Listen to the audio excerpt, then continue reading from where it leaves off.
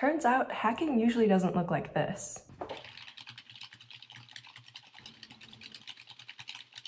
Ha! I'm in.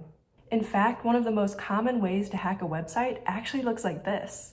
Don't worry about all the details, we'll go over them later when we hack a blog post. This video is a brief introduction to cross-site scripting, or XSS. Cross-site scripting is a pretty common web vulnerability that allows users, like a hacker, to inject malicious code into websites that aren't theirs.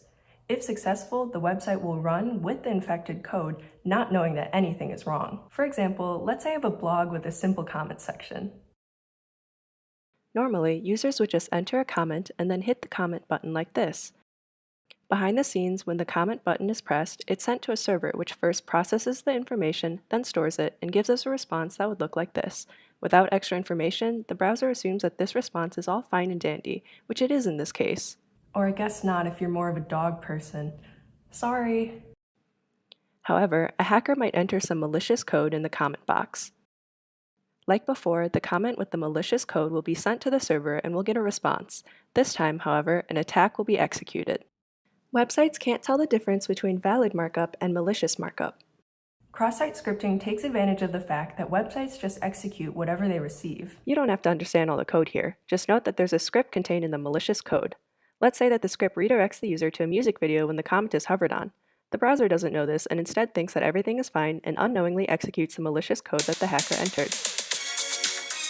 Everyone who visits the blog post will be impacted because the malicious code was saved onto the web server permanently and will always be there. Just perfect, right? Sorry. That was a stored XSS example, although there are many different types of XSS attacks that could each branch off into their own videos. Also, comments aren't the only things at risk. Any data provided by a user can contain the risk of an XSS attack. Think advertisements, URLs, any sort of text entry form, and more. For another example, let's go back in time to when MySpace was popular, home of one of the most famous XSS attacks, called Sammy. A user wrote a script and used XSS to force everyone who visited his profile to add him as a friend, as well as copy itself on the visitor's own profile. Within 20 hours, over 1 million users had followed him, and MySpace even had to shut down their whole website temporarily because of the incident. Now that was back in 2005, but even today, there are several incidences that show us why XSS is a vulnerability that we should keep our eyes out for.